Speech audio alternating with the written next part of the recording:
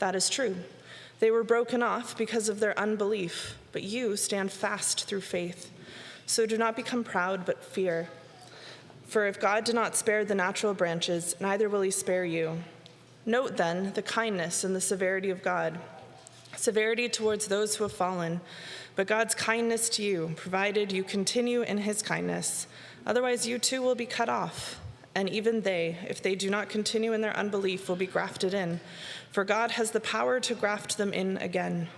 For if you were cut from what is by nature a wild olive tree and grafted, contrary to nature, into a cultivated olive tree, how much more will these, the natural branches, be grafted back into their own olive tree?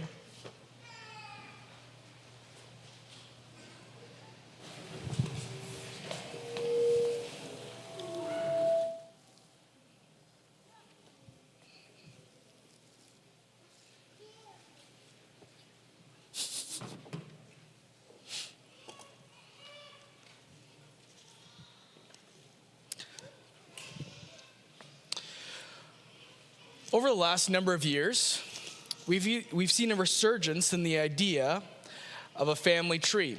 With websites like 23andMe, Ancestry.com, people are given rich data points as to where they came from, what's their ethnic background, and in some cases, finding out that they're somehow related to royalty. The quest for understanding family heritage is not something that's new in the 21st century. Throughout the Bible, we've been given many genealogies, highlighting the promises that are fulfilled to Abraham, Jacob, and David. With these promises arise the question about how does the promise towards ethnic Israel work? Aren't they the promised people of God? As mentioned earlier, Paul has been answering this question over a number of chapters in Romans. How does this promise work if most of ethnic Israel has not believed in Jesus? It's a big question. The answer to that is a little messy. Just think of our own family trees. They're a little messy. But in the midst of that mess, there is great beauty. And that is true, as we'll see in this text. In these verses, Paul tells us how God's family tree works, how God has kept his promise to ethnic Jews and gives greater hope to the world. And so this will serve as our outline this morning. How does God's family tree work? Israel isn't rejected, there's a remnant. Point one. Gentiles are grafted in. There's a reason. And lastly, we will consider the greater hope and warnings presented in this passage. So our first point, Israel isn't rejected, there's a remnant. Though the family tree imagery is only given later in this chapter, it is helpful as it will contain all the ideas that are presented to us in this passage. It isn't a picture that's unique to the book of Romans. We see the family tree imagery in the prophet Isaiah and even the teachings of Jesus. Think of passages like Isaiah 5 or John 15. They use the word vine and branches, but it denotes the same meaning. They are images given to us to see who is on the vine and who is not, who is in God's family and who is not, making clear which branches are kept and which ones are not. Jesus says in his teaching of John 15, that is, those who abide in him, those who make a home in him, believe in him, those are the ones that will bear much fruit. But those who do not, he will break off.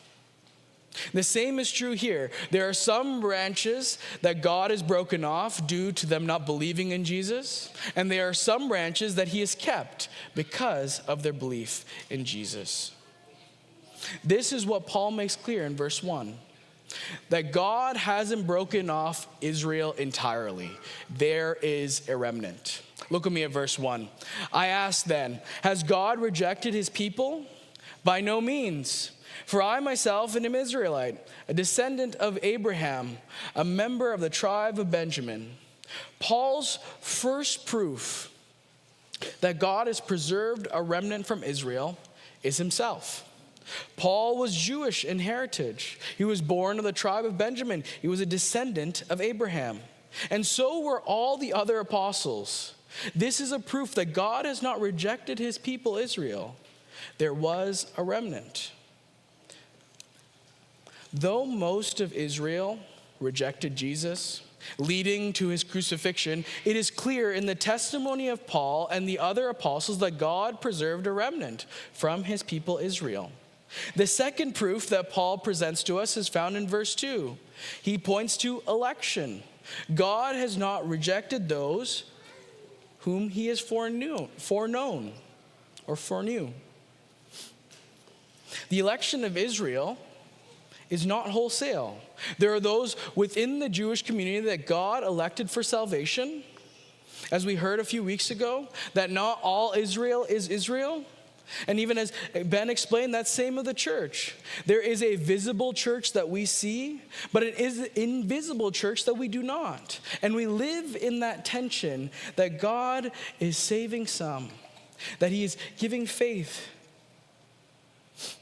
And the third proof that Paul presents that God has not rejected Israel, but preserved a remnant is found in verses 2-6. Look with me there. I call this proof the Elijah controversy. In these verses, Paul reminds the Roman church of the story of the prophet Elijah. That's found for us in 1 Kings 19. Elijah has just faced off against the wicked king Ahab and his false prophets. Believing that he was the only prophet left in the land, he asked God to take his life. It was better for him to die at the hands of God than it was for him to die at the hands of his enemies. But God doesn't answer that request.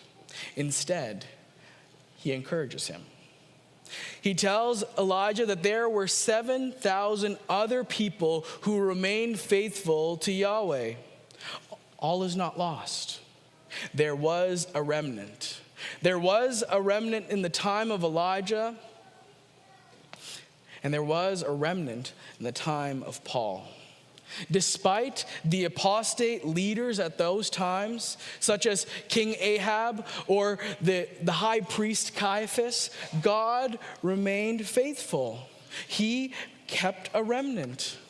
God preserved his people, and the same is true today. Despite the hostility and apostasy in our day, God is still saving Jewish believers.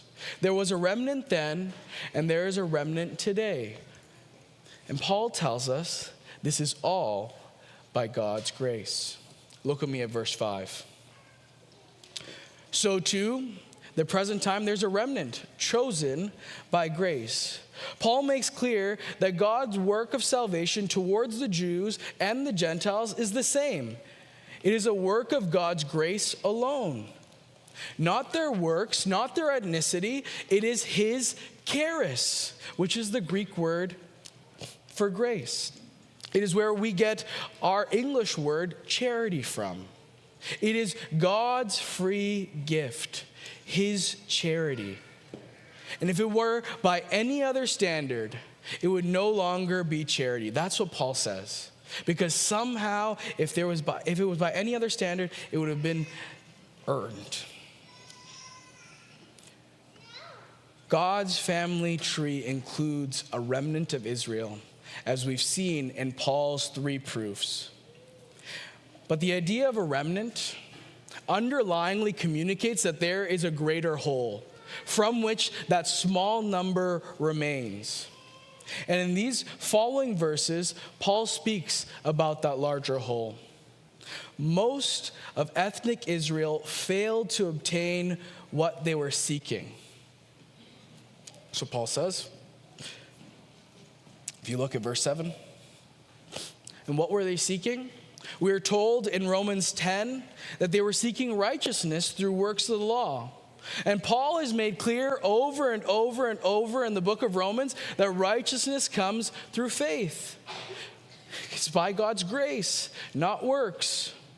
Tim Keller helpfully paraphrases verse 7 for us and says this: Israel sought the righteousness of God earnestly, but wrongly, except for the elect. As a result, the majority were hardened. This is what Keller calls a judicial hardening. They were seeking righteousness by works, and that was rooted in pride and self-righteousness. It was a rejection of God's grace, his free gift. And ultimately, it was a rejection of God himself in the person of Jesus Christ. They hardened themselves, and so God hardened them. They reaped what they sowed. They received what they were putting out. In verse 7, Paul quotes Isaiah 29:10, where Isaiah is prophesying against Israel and their apostasy, saying God will further their spiritual dullness. But Isaiah's quote here is actually a quote of Moses. Isaiah is quoting Deuteronomy 8:4. And in Paul including this quotation here, he is showing from the Jewish scriptures that Israel from the wilderness to the exile has continued in apostasy. And it continued to Paul's day. In verse 9 and 10, Paul quotes Psalm 69. An imprecatory psalm where David says that his enemies will receive retribution for their actions. Retribution isn't a word that we use all too often, but it means a rightful punishment for a crime. And so the right punishment or the right consequence for those who reject God is spiritual blindness. That is what Paul says here. For Israel, their pride and self-centered worship led them to spiritual dullness. They became a snare to themselves.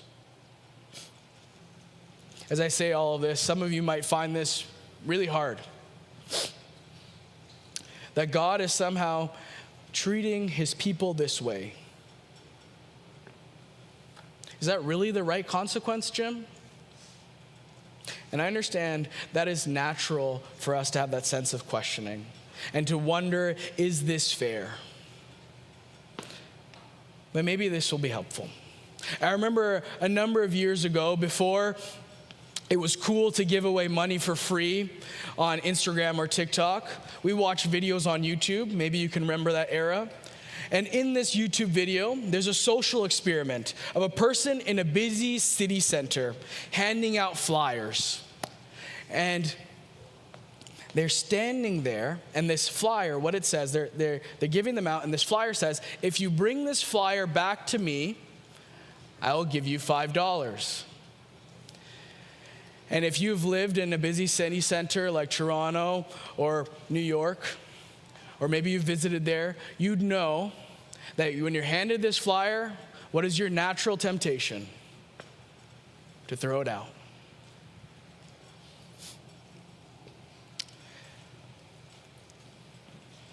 To throw it out. But we must ask the question, was it wrong for the man with the flyers giving out this charity? Was it wrong for him to not run up to those people that threw out the flyers and be like, here, take my $5? No.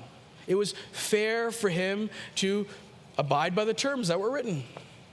Bring back the flyer and you'll receive that sense of charity. What happened is that it was right and normal for those to throw out the flyer, to reject this gift. And the same is true here. The Jews saw and heard and knew of God's gift in Jesus Christ, and they rejected it. And so they were hardened and given to spiritual dullness as a consequence. They reaped what they sowed.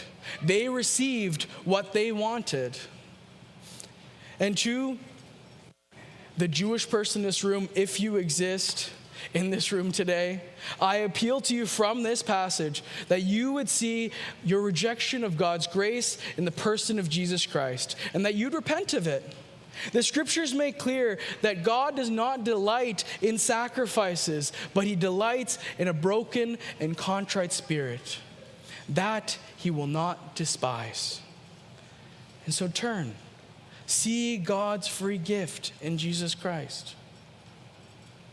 To the religious person in this room, or maybe you qualify yourself as a spiritual person in this room, you might not be ethnically Jewish, but maybe you're Muslim or Hindu or Buddhist. What all of these religions have in common is that you are to make yourself acceptable to God, that your works will somehow qualify you for salvation. And what we must see is that this isn't true. This free gift of God's grace might seem weak, that it isn't somehow morally rigorous enough, but it's not meant to be. God came to live that rigor for us because he knew that we couldn't. So my appeal to you is to lay down your works and to trust in the work of another. Trust in Jesus Christ. This is the one who has joined us to God's family tree. And this is true for the remnant as it is true for the Gentile. And this truth leads us to our second point. Gentiles are grafted in for a reason. Gentile is the word that the biblical authors use to speak of any other people group or any other person that does not have Jewish heritage. And if my hunch is right, that's most people in our church, you and me. And Paul tells us here in verses 11 to 17 that there are three reasons that Gentiles are grafted in. And those three reasons are the apostasy of Israel, to make Israel jealous, and thirdly, of our subpoints, is to bring vitality to God's family. And so we will work through those subpoints one by one. The first reason that the Gentiles are grafted in that Paul presents to us in verse 11 is the apostasy of Israel. Paul reiterates his thoughts of verse 1. Is Israel completely lost? By no means. And then he asserts this new idea. Because their trespass has brought salvation to the Gentiles. Because of their sin of rejecting Jesus, the message of Jesus was brought to the nations. That is what Paul says here. And this is the pattern that we see in the book of Acts. The Jewish apostles went to the synagogues and preached Jesus Christ. And in those moments, there were a small amount of Jews who believed, but the majority did not. Instead, they opposed the message and tossed the apostles out. And sometimes they were stoned or even jailed for the message of Jesus Christ. But once kicked out, what did the apostles do? They continued on preaching to anyone who would listen. And in those moments, their hearers were Gentiles, people like you and me. And it's because of this that you and I know Jesus Christ as Lord and Savior. The rejection of Israel brought salvation for you and for me. God used their sin and disobedience to bring about salvation for all people. If the Jews did listen and hear of Christ and respond in faith, Christianity would have simply looked like it was some sort of renewal movement in Judaism. But God worked for his people to be full, that the nations would know him. So the second reason that the Gentiles are grafted in that Paul presents to us is to make the ethnic Jews jealous. Paul says this twice. Look at verse 11 and again at verse 13. This might sound odd to us. especially because when we think of jealousy, we think of it as a sin. The scriptures tell us that jealousy is a sin. But I don't think that Paul is using the word jealousy in that same way. I think he's speaking of the kind of jealousy that we would have when we are desiring greater career aspirations or greater fitness goals. We think that there is this work that somebody has done, and we see their work and we're like, that motivates me to work harder. And maybe that feels still sinful to you. So let me even make it more virtuous. A more virtuous example is that when you see someone being so generous, so kind, so loving, so gentle, we think to ourselves, at least I think it's a normal response to think to yourself, I want to be like that. That is the jealousy I believe that Paul is speaking about in this passage. That Israel would see the faith of the church and be jealous and be like, I want to be like that. I believe that is what Paul is articulating. That the Jews would see our faith and be struck and say, that is the true religion. We saw this, we do see this take place in the book of Acts. I know I'm reflecting a lot on the book of Acts, but I think this is what Paul has in the back of his mind. If you think of when the deacons were installed in the church of Jerusalem in Acts 6, in verse 7 of Acts 6, we are told that a great number of priests come to faith. Commentators assume it is because they saw the church living out the faith that the Old Testament commanded, that they were taking care of the widows, the orphans, the fatherless. And so they were jealous and thus compelled to believe. We often don't think in these terms. We don't think that if the church is functioning well, that it's a means of witness. Maybe we think of that as it pertains to the world. We're like, oh, maybe the world will see that we're so kind, we're so loving, we're so respectful, and maybe that will be compelling. Well, what Paul says here is that this is especially true for those of Jewish heritage, because they are acquainted with the Old Testament. Just as Jewish men like Paul and the other apostles were committed to the Gentile mission, what I believe Paul presents for us is that we are to be a people who are committed to a Jewish mission. Because Paul and the apostles were committed that the nations would know Jesus Christ, is why we can function as missionaries to the Jews. And so, what am I saying here? I'm saying we should care for ethnic Jews to come to Christ. Just as we would care for any other person. We would want our Muslim, Buddhist, or Hindu neighbors, we want them to come to know salvation. That we would want them to come to know Jesus Christ as Lord. But what this does not mean is that we are somehow supporting the nation state of Israel.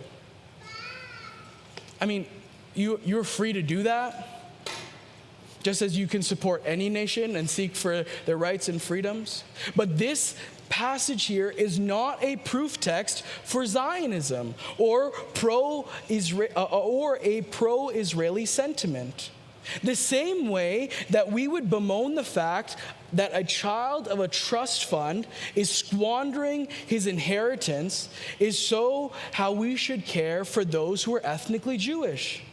They are a people of promise, but sadly, they are walking in ignorance and at times opposition to Christ. And that should grieve us. Just as it would grieve us for any other lost family member, friend, or neighbor. The third reason that Paul provides for Gentiles to be grafted into God's family is to bring vitality to God's family, which takes us to the picture of the family tree. Look at me at verse 17.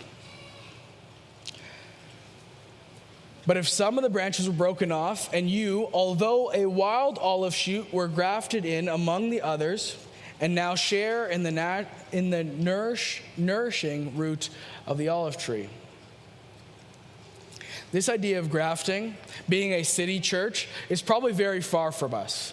I had to do a lot of research to understand this farming term and understand how this actually works. Grafting is a horticultural technique where the tissue of two plants are joined together that they would grow together. So it's like one tree or one plant and another plant coming together, joining together, and growing together. And this is done for a variety of reasons. It can be done for disease resistance, the propagation of desired traits, or increased vigor or increased yield. That's what I gathered from my research. There's 4 reasons why this could possibly be done. And there are debates as to what Paul means by the wild olive shoot being grafted in to the cultivated or mature tree. Some say that this is the reverse of the norm. It was actually more normal, according to some scholars, that a mature tree would be grafted to a wild olive tree. And in this, Paul is highlighting that the wild tree needs the nourishment of the mature tree. And I believe that that's true. That's what Paul says in 17. And he'll go on to say that the wild olive shoot should not despise the more mature tree. But there is another sect of commentators that say this. In exceptional circumstances, it was customary to reinvigorate an olive tree, which is ceasing to bear fruit, by grafting in a wild olive shoot, so that the sap of the tree would ennoble the wild shoot, and the tree would now begin to bear fruit again. And as you are really tracking with what that means, is that this is reinvigoration. The mature tree of Israel was having its branches broken off. It was being fruitless. And God so chose to bring a wild olive shoot to bring the nations and graft them in, making the tree more fruitful. And so I think both are true. There is a sense that Paul is highlighting the benefits of being in the mature tree of Israel. But he's also grafting in the Gentiles to reinvigorate God's family tree. And so we're to see the blessings of healthy roots of Abraham, Isaac, and David, and being grafted in to that heritage and to be able to call it our own. But we are also to see God's divine wisdom in grafting in the wild olive shoot, that the Gentiles would be given to God's family tree to bring about greater life and fruit, thus making it more full and giving it more vitality. Our coming into God's family tree is both a blessing to us, that we would know life, but is also a blessing to Israel, that they would share in the fullness of God's work. Some of you might not know this, but my favorite movie, like of all time, is the Olsen twin rendition of Parent Trap. It's called It Takes Two. If you don't know the movie Parent Trap, or if you don't know the story of It Takes Two, it's about 2 long-lost siblings that are separated at birth. One grows up in absolute privilege, where the other grows up in absolute poverty. One lives in mansions, the other lives in an orphanage.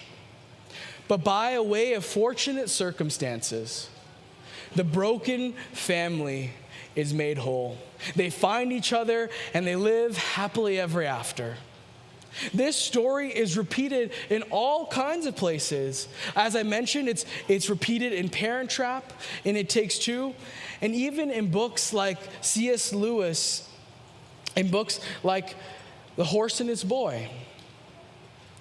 It is about a long-lost prince reunited with his family, receiving his family, all that his family had, from their heritage to its inheritance. And what these stories do is they pull at our heartstrings.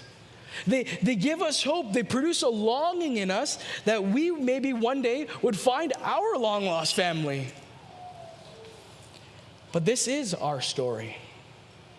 That we are grafted into God's family and we are given a home. That we are given hope. That we can have this sense of heritage and identity that we can be thankful for. But we can also see that our placement in God's family makes God's family more whole and more complete. And so, we've seen how God's family tree works, that there is a remnant and that there is a grafting. But you might be still wondering, how do these truths that Paul is saying, he's clearly interwoven some verses that you've skipped over, Jim. And so we're going to take some time to look at those verses. And this leads us to our third point, greater hope and warning. Look at me at verse 12 and 15. Paul presents for us hope for when more those of Jewish heritage turn to Jesus in faith. He notes that if their sin brought blessing for the world, how much more would their obedience of faith? It seems that in these verses, Paul has the fullness of time in mind. That when a time where God would save all people, both Jew and Gentile, and that in this instance where God has done his fullness of saving work, there will be the resurrection from the dead. And if that is what's in view here, we are to live with expectant hope. That God will work through our witness, that God would save both Jew and Gentile until he comes again. Despite being called to be a faithful witness, this isn't something that we can invoke or that we can somehow produce. We cannot produce the end of time, the resurrection from the dead. Instead, what we must see in this passage that the work of breaking branches off and grafting branches back in is the work of God. That is what Paul makes clear in verse 23. If Israel does not continue in unbelief towards God, God has the power to graft them back in. Just as God was kind to us and kindly grafted us in, so is he able to bring in lost ethnic Jews. And God, may God do it. This is the greater hope that Paul presents. But in these verses, in this greater hope, he also presents to us warnings. As we read of God's family tree this morning, you heard of the kindness and severity of God. How God will be kind and save, but also he is severe towards those who reject him. The Jews, his promised people, were held to account for their pride and unbelief. And we will too, if we live in ignorance, in arrogance and presumption, just as the Jews did. Instead, Paul calls us to, in verse 20, to not be proud, but to fear, to have a right view of God and to have a right view of ourselves. Not to look down on the Jews and be like, oh, so pitiable, their disobedience, their rejection, and somehow belittle them and somehow glorify yourself. We must see that the position of the Jewish people could so easily be us. It could so easily be you and me, that we somehow were to live with entitlement and presumption. But Paul tells us not only what we should not do, but he tells us what we should do. He calls for us to continue in the kindness of God. Look at verse 22. I believe this is shorthand of acknowledging the work of God in saving us and keeping us. We often say these words at our baptisms: the gospel is made true. We love because God first loved us. It was God's kindness to give us faith, that we would know him, that we would love him. And so to continue in God's kindness is to acknowledge that, to acknowledge God's kindness towards us in Jesus Christ. That he has saved us, that it was all a work of God, that we would see his mercy and his grace towards us. And as we do so, that many will come to know God's kindness for themselves, both Jew and Gentiles. As we've walked through this passage and understood God's family tree, you do see that it's a little messy, but it's also beautiful. To not trample on Ben's passage next week, this is to lead us to a sense of praise, that it is a mystery, it is crazy, but God is working. And it is to lead us to praise him and to know him and to look to him. So let's do this now. Let's pray.